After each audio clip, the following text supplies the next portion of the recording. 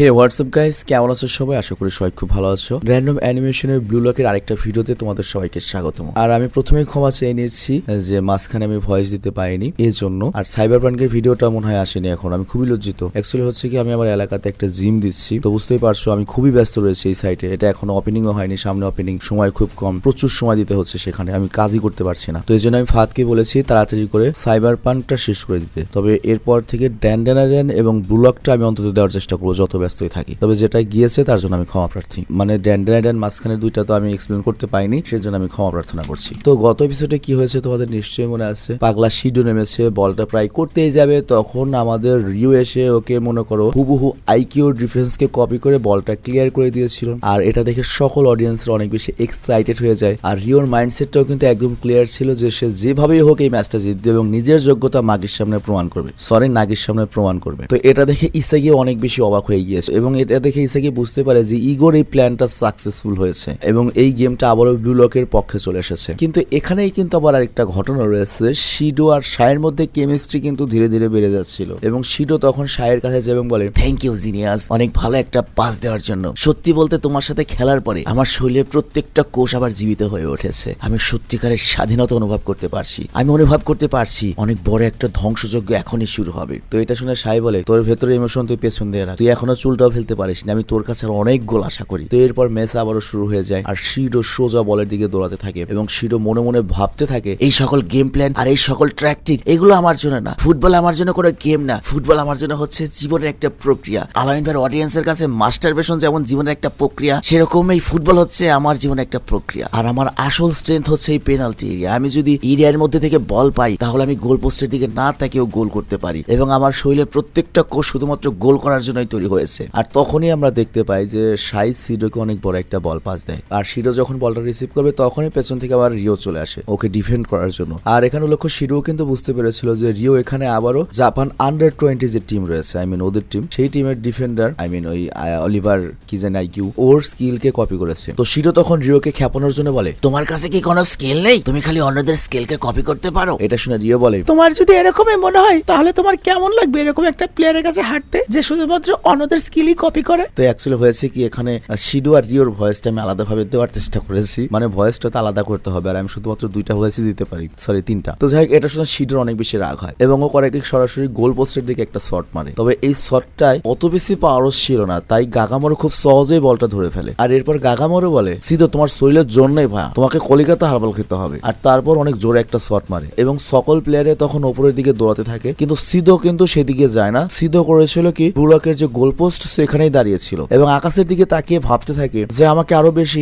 Explosive হতে হবে, মানে বোমের মতো ব্লাস্ট হবে। এবং তারপর চিন্তা করে যে এই পৃথিবীতে বসবাসকারী প্রত্যেকটা মানুষেরই একটা নিজস্ব উদ্দেশ্য রয়েছে আর সেটা হচ্ছে নিজের চিহ্ন তৈরি করা। সবাই কোনো না কোনো একটা কিছু তৈরি করতে চায় এবং পৃথিবীতে মহান কিছু করতে চায়, মহান কিছু হতে চায়, অথবা একটা বাচ্চা জন্ম দিতে চায় যেন ভবিষ্যতে মানুষরা জানতে পারে যে এক সময় সেই পৃথিবীতে বসবাস করতো। মানে তারা ব্যাপারতেই নিজেদের অস্তিত্বের একটা প্রমাণ পৃথিবীতে রেখে যেতে চায়। তো সিদোর এরকম কোনো বাচ্চা জন্ম দেওয়ার শখ নাই, তার জীবনে একটাই শখ, সেটা হচ্ছে সে ফুটবলের মাধ্যমে এই পৃথিবীতে নাম করবে এবং ফুটবলে সে নিজের নামটা এমন ভাবে সেট করতে চায় যেন ভবিষ্যতের জেনারেশন এই ফুটবল দিয়ে তাকে খুব সহজেই চিনতে পারে এবং এটাই তার জীবনে একটা প্রক্রিয়া। এবং সে নিজেকে একটা বিষ আর গোল পোস্টকে একটা ডিমের মতো কল্পনা করে। বিষয়টা তুমি খারাপ ভাবে নিও না, কিন্তু ও খারাপ ভাবে বলেছে এবং সে নিজের পাওয়ার দিয়ে এটাকে নিষিক্ত এবং উৎপাদন করবে এবং নতুন একটা কিছু জন্ম দেবে। মানে বুঝতেই পারছো, তুমি যেটা করে সন্তান জন্ম দেবে ও সেটা করে ফুটবলে নিজের ইতিহাসে জন্ম দিতে চায়। তো যাই হোক, এবার আমি সিরিয়াস হয়ে যাচ্ছি। তো যাই হোক, এরপর আমরা দেখতে পাই গাগামোরো শটকে সাই রিসিভ করে আর তখনই সাই করে কি অত দূর থেকে অনেক লম্বা একটা শট মারে এবং ওই বলটা সরাসরি যায় হচ্ছে গাগামোরোর কাছে, মানে ওই যে ব্লু লকের গোল পোস্টের কাছে। এবং ওইখানে একটা প্লেয়ারই ছিল, সেটা হচ্ছে আমাদের সিডো। তো সিডো ওই বলটা যখন দেখে এবং নিজের সামনে যখন বলটা দেখে ও পুরো খুশি হয়ে যায়, নিজের চোখের সামনে তখন ও গোল দেখতে পাচ্ছিল, তো মনে মনে অনেক বেশি খুশি হয়ে যায়। আর ইসাগিও তখন বুঝে পেলে যে এই সিডো পাঠাকে এখন কোনোভাবেই থামানো যাবে না। সরি, আমি সিরিয়াস হতে চেয়েছিলাম, ভুলে গিয়েছি। তো যাই হোক, এরপর সিডো বল রিসিভ করার জন্য সামনে চলে আসে আর তখনই আমরা দেখতে পাই গাগামোরো বলটা ক্লিয়ার করার জন্য পেনাল্টি বক্সের বাইরে চলে আসে এবং সে হেড মেরে বলটা ক্লিয়ার করে দেয়। আর তোমাদের বুঝতে হবে গাগামোরো কিন্তু একটা তোমার স্ট্রাইকার। তো গাগামোরো যে বলটা ক্লিয়ার করে দিল একজন গোলি হওয়ার সত্ত্বেও, এই জিনিসটা সিডো কোনোভাবেই বিশ্বাস করতে পারছিল না। আর ওই মুহূর্তে বলটা যখন সিডোর উপর দিয়ে প্রায় চলেই যাচ্ছে তখন সিডোটা কোনোভাবে মেনে নিতে পারছিল না। ও বলে, এই আক্রমণটা আমি আবারও সেট করতে পারবো না বা এই সুযোগটা আর পাবো না। আর তখনই হঠাৎ করে সিডো কোনো একটা কিছু রিয়েলাইজ করে এবং সিডো নিজের শরীরের ভেতরে অদ্ভুত একটা কিছু অনুভব করে। ওর কাছে কাছে মনে হচ্ছিল সময়ের জন্য থেমে গিয়েছে এবং সে বলের দিকে নিজের নজর দিয়ে রেখেছিল। আর তখন সিডো তার শরীরে অদ্ভুত একটা অনুভূতি অনুভব করে, আর এই অনুভূতিটা আজ পর্যন্ত কখনোই এক্সপিরিয়েন্স করেনি। তো যাই হোক, ও জানতো গোল পোস্টটা ওর থেকে অনেক দূরে, তবে তারপর ওর শরীর ওকে বলছিল যে তুই পারবি গোলটা করতে, এটা স্বয়ং আলামিন তোকে ভরসা দিয়েছে। তোর শরীরটা ওকে সেই ইঙ্গিতটাই দিচ্ছিল যে সিডো গোল করতে পারবে। তো এরপর আমরা দেখতে পাই সিডোর শরীরের ভেতরে যে কোষগুলো রয়েছে, এগুলো ফুটবলের কোষ আর কি, সেগুলো নতুন করে উৎপাদন হওয়া শুরু করেছে এবং সিডোর কাছে নতুন একটা আলাদা শক্তি, নতুন একটা অওরা চলে আসে এবং মনে হচ্ছিল ওর পেছনে পাখা চলে এসেছে। আর তারপর ও সোজা উপরের দিকে লাফ দেয় এবং সেই লাফটা দেওয়ার পর ওর শরীরকে একদম ঘুরিয়ে ফেলে। আর এই সবকিছু ইগো দেখছিল। আর তখনও বলে এই ইগো শালায় ক্যান্সারের ফোর্থ স্টেজে চলে এসেছে, সরি এই ইগো শালায় ওর একেবারে পারফরমেন্সের ফোর্থ স্টেজে, যেটাকে এই সিরিজে বলা হচ্ছে ফ্লো স্টেজে চলে এসেছে, মানে সর্বোচ্চ হাই ক্যাপাসিটিতে চলে এসেছে। আর তখনই সিডো শয়তানের মতো চিৎকার দিয়ে বলে বিগ ব্যাং সুইং। আর তারপরে সিডো শয়তানের মতো চিৎকার করে বলে সাপারি কিরকিরা। আর তারপর একটা বাইসাইকেল কিক মারে এবং বলটা সোজা তখন সামনের দিকে এগোতে থাকে, ব্লুলকের গোল পোস্টের দিকে। আর তারপর সিডো বলে এই গোলের সাথে আমি পুরো পৃথিবীকে বুঝিয়ে দেবো যে সিডো কে। আর তারপরে আমরা দেখতে পাই বলটা সরাসরি গোল পোস্টের মধ্যে ঢুকে গিয়েছে এবং এর ফলে যেটা হয়, জাপান আন্ডার-20 টিমের হয়ে যায় 3 গোল আর ব্লুলকের হয়ে যায় মাত্র 2 গোল। আর তারপর ইগো বলে তাহলে এই পুরো ম্যাচে ফাইনালি সিডো হচ্ছে একমাত্র প্রথম প্লেয়ার যে এই ফ্লো স্টেটটা এক্সপিরিয়েন্স করতে পেরেছে, মানে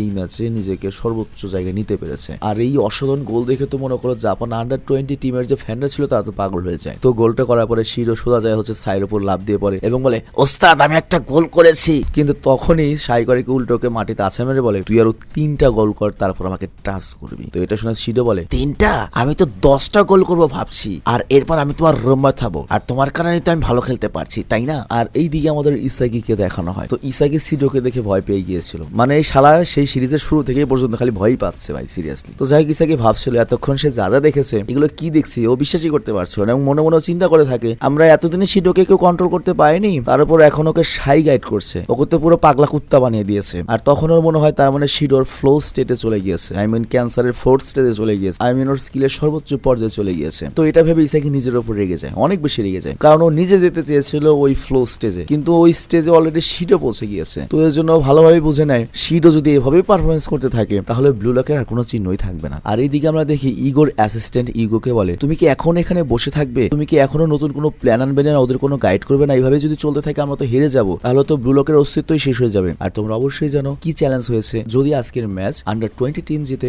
জাপানের সরকারি টিম যদি জেতে তাহলে ব্লু লক চিরতরে খতম, আর যদি ব্লু লক জেতে তাহলে জাপানের আন্ডার-20 টিম চিরতরে খতম। তো যাই হোক, এটা শুনে ইগো বলে দেখো আমার কাছে আসলে আর কোনো প্ল্যান নেই, তবে তারপরেও প্ল্যান নেওয়ার জন্য আমি আলামিনকে অনেকবার কল দিয়েছিলাম কিন্তু ও কলটা রিসিভ করেনি, হয়তো অনেক ব্যস্ত জিমের কাজে। তো এটা শুনে ওর অ্যাসিস্ট্যান্ট আরো রেগে যায় এবং ইগোর উপর চিৎকার করতে থাকে, বলে তুমি তাহলে রোনাল্ডোকে ফোন দাও, মেসিকে ফোন দাও। আর তখনই সেখানে ইসাগে চলে আসে আর সেই ইগোকে বলে ইগো এখন আমাদেরকে বলো আমরা এই পরিস্থিতি কিভাবে সামাল দেবো, আমরা কিভাবে ম্যাচটা জিতবো, আমরা এই ম্যাচটা হারতে চাই না, ব্লু লক এইভাবে শেষ হয়ে যেতে পারে না। আর তখন ইগো বলে তোমাকে কে বলেছে ব্লু লক শেষ হয়ে যাবে? হ্যাঁ এই কথাটা সত্যি, আমরা যদি হেরে যাই তাহলে ব্লু লকের আর কোনো অস্তিত্ব থাকবে না, বাট তোমরা ব্লু লকের প্লেয়াররা এই ম্যাচের প্রথম হাফ পুরো নিজেদের কন্ট্রোলে রেখেছিলে এবং তোমাদের মধ্যে তো অনেক প্লেয়াররা রয়েছে যারা অনেক বেশি ভালো খেলেছে, যেমন ইতোশি রিন, ও নিশ্চিতভাবে আন্ডার-20 টিমে বা জাপানের সরকারি টিমে ঢুকে যাবে, অনেক ভালো খেলেছে। আর বাকি যে প্লেয়াররা রয়েছে তারাও বড় বড় কোনো ক্লাবের টিমে যাবে বা বড় বড় ইউনিভার্সিটি টিমে যাবে। আর সিডো, সেও তো ব্লু লকেরই প্রোডাক্ট, আর সে তো অলরেডি ফ্লো স্টেটে চলে গিয়েছে, ও হয়তো ইউরোপের কোনো ক্লাবে চলে যাবে। তো মূলত আমার ব্লু লকের পোলাপানেরাই তো মাঠটা কন্ট্রোল করছে,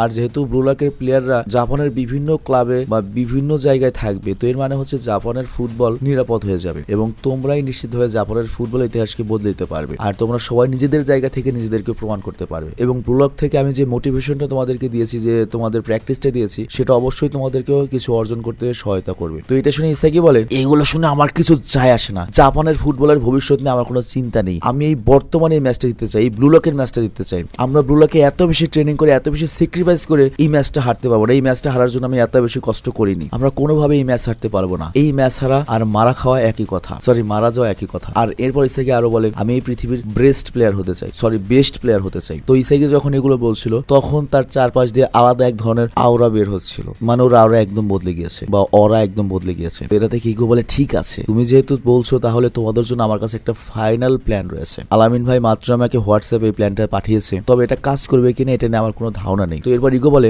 জোকার এবার তোমার পালা। আর তখনই সেখানে বেরিয়ে আসে হচ্ছে বারুদ। তো যাই হোক, ও তো 4 নম্বর যে বেস্ট প্লেয়ার ছিল ব্লু লকে, ও তো ওকে বাদ দিয়ে বারুকে রিপ্লেস করবে আর কি, এবং সে পরবর্তী 30 মিনিট এই ম্যাচ খেলবে। কিন্তু আমরা তো জানি বারো কোন ধরনের প্লেয়ার, এছাড়া প্রচন্ড সেলফিশ, চারপাশে কি হচ্ছে না হচ্ছে এ নিয়ে ওর কিছুই যায় আসে না, ও জাস্ট খালি গোল স্কোর করতে চায়। এমনকি 12 যখন মাঠে ঢুকে ইসাকি যখন গেমের প্ল্যানটা বোঝাতে চায় যে এইভাবে খেলবো, তো শোনেই না। তবে ইসাকিও জানে যে ইগো 12কে যেহেতু সিলেক্ট করেছে, ওকে তাহলে অল আউট খেলার জন্য পাঠিয়েছে যে পাগলামি কর। আর এইদিকে ইগোর অ্যাসিস্ট্যান্ট ইগোকে বলে 12কে যে নামাচ্ছ, ওকে দিয়ে তো আমরা কোনো টেস্টই করিনি, এই ফরমেশনে তো প্র্যাকটিসই করাইনি, এটা কি কাজ করবে? ইগো তখন বলে চিন্তা করো না, আলামিন ভাইয়ের উপর আমার অনেক ভরসা রয়েছে, তারা প্ল্যান অবশ্যই কাজ করবে। আর এমনি তো এতক্ষণ সবকিছু প্ল্যান মাফিকই চলছে, স্ক্রিপ্ট অনুযায়ী চলছে, কিন্তু একটা জিনিস শুধুমাত্র আমার প্ল্যানের বাইরে, আর সেটা হচ্ছে আমাদের ব্লুলক প্লেয়ারদের ইগো। আমাদের প্লেয়ারদের ভেতরে যে আগুন রয়েছে, আমাদের প্লেয়ারদের ভেতরে যে ইগো এসেছে, সেটা আমার প্রত্যাশার চেয়ে অনেক বেশি। এবং আমি দেখতে চাই আগামী 30 মিনিট কিভাবে ওরা ওদের এই ইগোটাকে ইউজ করে মাঠটাকে কন্ট্রোল করে। আর এরপর আমাদের মাঠের সিন দেখানো হয়। আর এখানে ব্লুলকের প্রত্যেকটা প্লেয়ার ফুল ফোকাসে চলে আসে এবং তারা এবার এই ম্যাচটাকে যে কোনো মূল্যে জিততে চায় এবং এটার জন্য তারা যে কোনো কিছু করার জন্য প্রস্তুত ছিল। তো এরপর তারা বল নিয়ে সামনের দিকে যেতে থাকে। তো ইসাকি আর রিন বল নিয়ে সামনের দিকে যায়। আর ইসাকি জানতো 12র মেন পাওয়ারটা হচ্ছে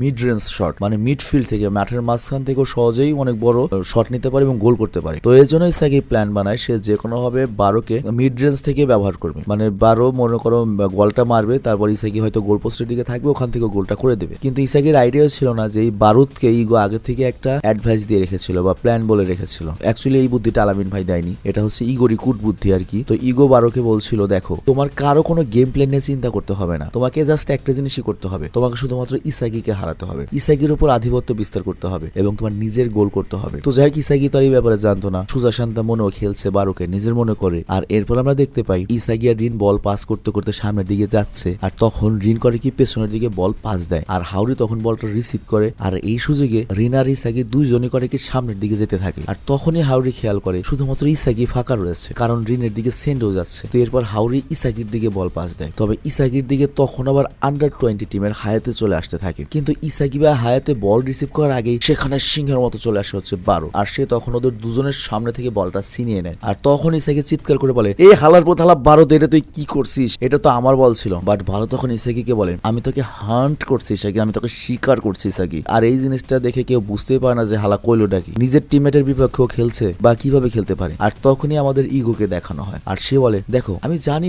12 যে স্টাইলে খেলে এটার কোনো যৌক্তিকতা নেই, কিন্তু 12 এমন টাইপের পাগলা প্লেয়ার, ওকে তুমি যত বেশি জ্ঞান দেবে 12 আরো তত বেশি পাগলামি করবে। আর 12 হচ্ছে মাঠের কিং হতে চায়, যে শুধুমাত্র নিজের সুবিধাটাই দেখে এবং ও গোল করার জন্য যে কোনো কিছু করতে পারে। তো এর জন্যই আমি 12কে শেষ 30 মিনিটের জন্য সিলেক্ট করেছি এবং এই 12র পাগলামি ম্যাচের পরিস্থিতি হয়তো ঘুরিয়ে দিতে পারে। তো যাই হোক 12র কাছ থেকে অনেক প্লেয়ার বল নেওয়ার চেষ্টা করে, কিন্তু 12 ওদের সবাইকে খুব সহজে পার করে সামনের দিকে এগিয়ে যাচ্ছিল এবং এখানে 12র আমরা আলাদা রকমের স্কিল দেখতে পাই, মনে হচ্ছে এই শালা জিনসিং খেয়ে খেলতে নামছে। তো যাই হোক তখনই 12কে থামানোর জন্য দাঁড়ায় চলে আসে এবং দাঁড়ায় অনেক বেশি ভাবছিল যে কিভাবে 12কে থামাবে। বাট যখনই 12 দাঁড়ায় সামনে আসে তখনই 12 করে কি সেই লেভেলের একটা আলাদা রকমের স্কিল দেখাতে শুরু করে। কিন্তু ওই মুহূর্তে ইসাকি একদম ফাঁকা ছিল, গোল পোস্টের সামনেও ছিল, ও বারবার 12র কাছে বল পাস চায়, তবে 12 ইসাকিকে বল পাস দেয় না এবং 12 উল্টো করেছিল কি দাঁড়ায়কে নিজের সামনেই বারবার ঘোরাচ্ছিল। আর তারপর 12 বল নিয়ে সামনে যাওয়ার চেষ্টা করে, কিন্তু 12র সামনে ছিল তখন অনেক বেশি প্লেয়ার, তবে তারপরে ওই শালা ইসাকিকে পাস দেয়ই না এবং 12 সেই অবস্থাতেই করে কি সকল প্লেয়ারের মধ্যে দিয়ে একটা কিক মারে আর বল তখন গোল পোস্টের দিকে যেতে থাকে। তবে দুর্ভাগ্যজনক ভাবে বলটা গোল পোস্টের বারে গিয়ে লাগে আর এরপর বল আবারও মাঠের মধ্যে রিটার্ন চলে আসে। কিন্তু তখনই ইউকিমিয়া ব্লুলকের যে 3 নম্বর বেস্ট প্লেয়ার আই থিঙ্ক সে করে কি বলটা রিসিভ করে।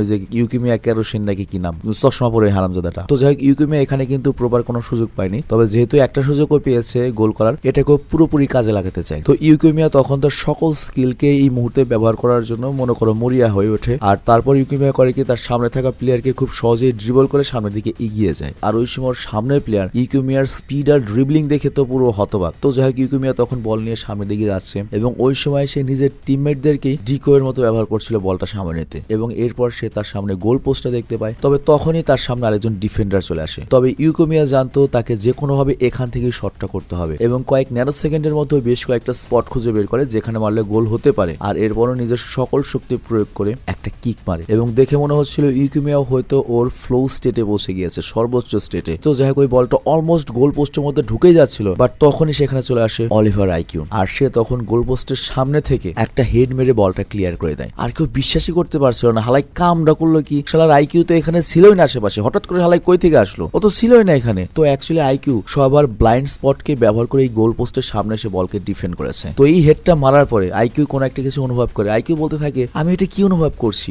আমি এই গোল বা এই সবচেয়ে বিপজ্জনক স্পটকে কিভাবে অ্যানালাইজ করতে পারলাম, আমি তো দেখতেই পাইনি, আমার জাস্ট বডি এটা ফিল করেছে যে এখান থেকে গোল হতে পারে। আর এরপর অলিভার করে কি দৌড়াতে শুরু করে, এটা দেখে ইসাকি অনেক অনেক ভয় পেয়েছে এবং চিন্তা করে থাকে শালার তার মানে আইকিউ তুইও তোর ফ্লো স্টেটে পৌঁছে গিয়েছিস, সবাই ফ্লো স্টেটে পৌঁছে গেলি, কিন্তু এই শালার ব্লু লকের রাইটার আমাকে কেন ফ্লো স্টেটে নেয় না এখনো। তো যাই হোক, এখানে এপিসোডটা শেষ হয়ে যায়। তো তোমাদের কাছে এপিসোডটা কেমন লেগেছে কমেন্টে অবশ্যই বলবে। ভালো থাকবে, সুস্থ থাকবে। আর যেহেতু 2-3 দিন পরে ভয়েস দিলাম, এই জন্য আমি বিজ্ঞাপনটা ভিডিওর প্রথমে দেইনি, যে বিজ্ঞাপনটা ভিডিওর প্রথমে দিই ওইটা লাস্টে দিয়ে দিচ্ছি, এখন দিয়ে দিচ্ছি। তোমরা চাইলে এখনই ভিডিও দেখা বন্ধ করতে পারো, কিংবা চাইলে তোমরা বিজ্ঞাপনে দেখতে পারো। তো বিজ্ঞাপনটা প্লে করার আগে আমি একটা ইনফরমেশন দিই। আমার একটা পেজ রয়েছে সাবেস420 নামে। আমি যখন গেমিং সেক্টরে ছিলাম তখন ওই পেজটা ক্রিয়েট করেছিলাম। তো ওই পেজটা পরে রয়েছে অনেকদিন, প্রায় 1 লাখের উপর ফলোয়ার রয়েছে। আর আমার হাতে যথেষ্ট সময় থাকে না কিছু করার মতো, তো ভাবলাম ওটার মধ্যে আমি ডেইলি যা করি সেগুলো এই ভিডিওগুলো আপলোড করে দিই। নর্মালি আমার একটা স্মৃতি থাকলো, লাইভ ডায়েরি হয়ে থাকলো, অনেক বেশি হিট হওয়ার দরকার না, মানে কমার্শিয়াল ইউজের জন্য না। ওখানে নর্মালি কপিরাইটেড মিউজিক দিয়ে আমি অনেক সময় অনেক ভিডিও আপলোড করে দিই। তোমরা যদি চাও তোমরা ওই পেজটাতে ফলো দিয়ে আসতে পারো। আমি কন্টিনিউয়াসলি সেখানে